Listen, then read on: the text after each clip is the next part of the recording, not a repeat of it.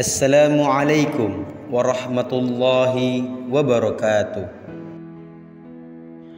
Nama Rabiah Al-Adawiyah dalam jagat tasawuf cukup melegenda. Ia digelari Syahidat Al-Isyah Al-Ilahi, sang saksi kerinduan ilahi. Keikhlasannya beribadah membuat banyak orang kagum dan dinukilkan pada berbagai kitab tasawuf.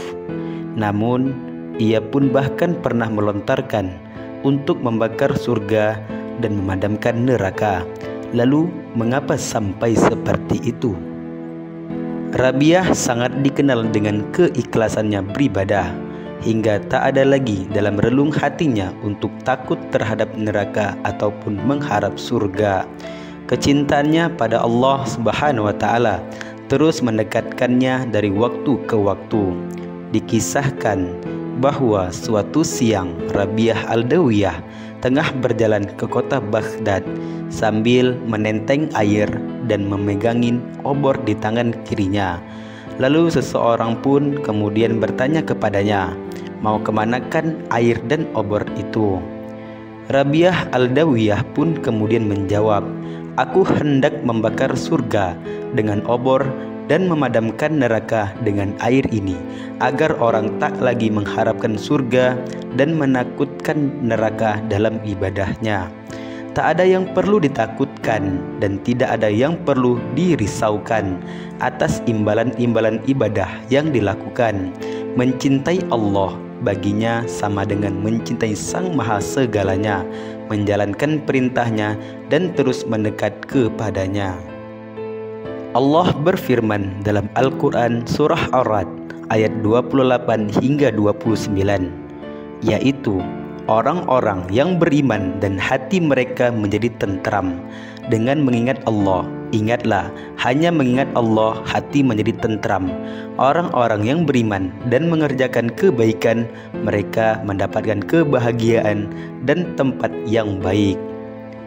Mereguk hikmah keikhlasan Rabiah Al-Adawiyah memang terlihat berat bagi hamba seperti kita. Meski masih takut neraka dan mengharap surga, keikhlasan ibadah yang dilakukan sang sufi tersebut akan menjadi teladan bagi seluruh umat muslim di dunia atas ibadah-ibadah yang dilakukan. Salah satu syair dari Rabiah Al-Adawiyah yang paling terkenal adalah, aku mengabdi kepada Tuhan bukan karena takut neraka, bukan pula karena mengharap surga.